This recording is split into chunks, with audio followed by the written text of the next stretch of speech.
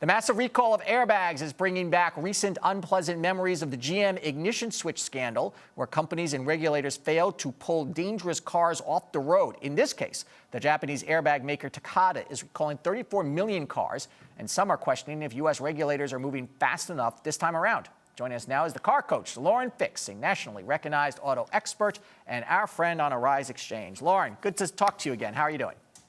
Thank you, Andrew. Oh, good. This is a very intense story. It is constantly evolving daily.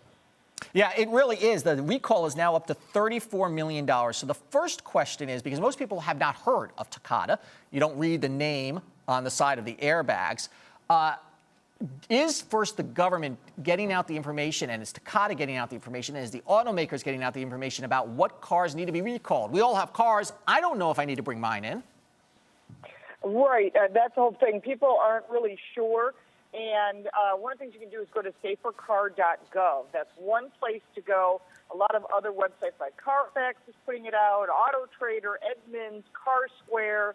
You can go to any of these websites, and they're all giving you a list. But you need one thing that's important is your vehicle identification number, and that's on your registration, your insurance card, the paperwork when you purchase the car, or on your dashboard where the windshield meets the dash.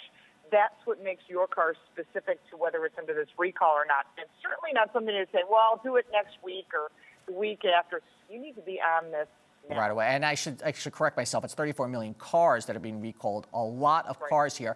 Do you think that the U.S. government, which does not oversee necessarily Takata, it's a Japanese firm, but do you think that the U.S. government in this case, and specifically the regulators, who everyone agrees dropped the ball when it came to GM, is on top of it this time?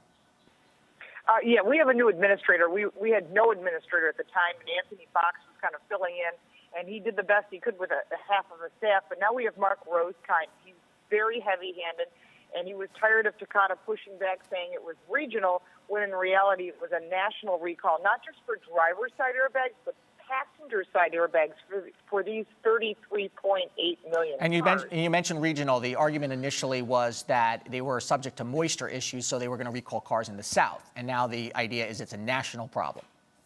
It really is, because we're going all the way back to 2000. Cars move around, people move around, and because of that, plus the fact that these airbags were stored in a moist warehouse, what's happening is the ammonium nitrate, which is the chemical that charges the inflator to discharge the airbag, was getting moisture in it, which changed the chemical structure of the ammonium nitrate.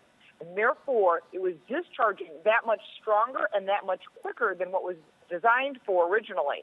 So this is a real problem, because that's what's breaking the metal frame around the outside of the airbag, and that's why you're seeing we've had 6 deaths and hundreds of injuries, really bad injuries. Absolutely. How much is this costing? Is Takata footing the entire bill, and can Takata afford it?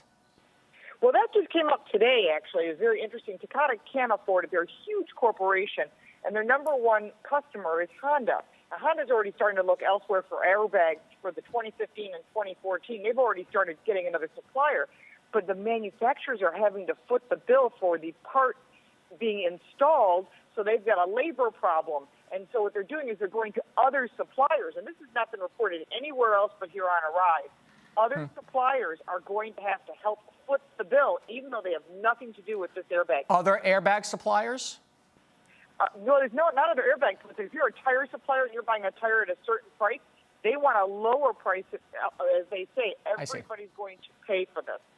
All right. Well, this is a fast-developing story, as you've been saying. We'll have you back on because it's very confusing for people out there. Lauren, thank you. It is, and they want moving fast and furious, as they say.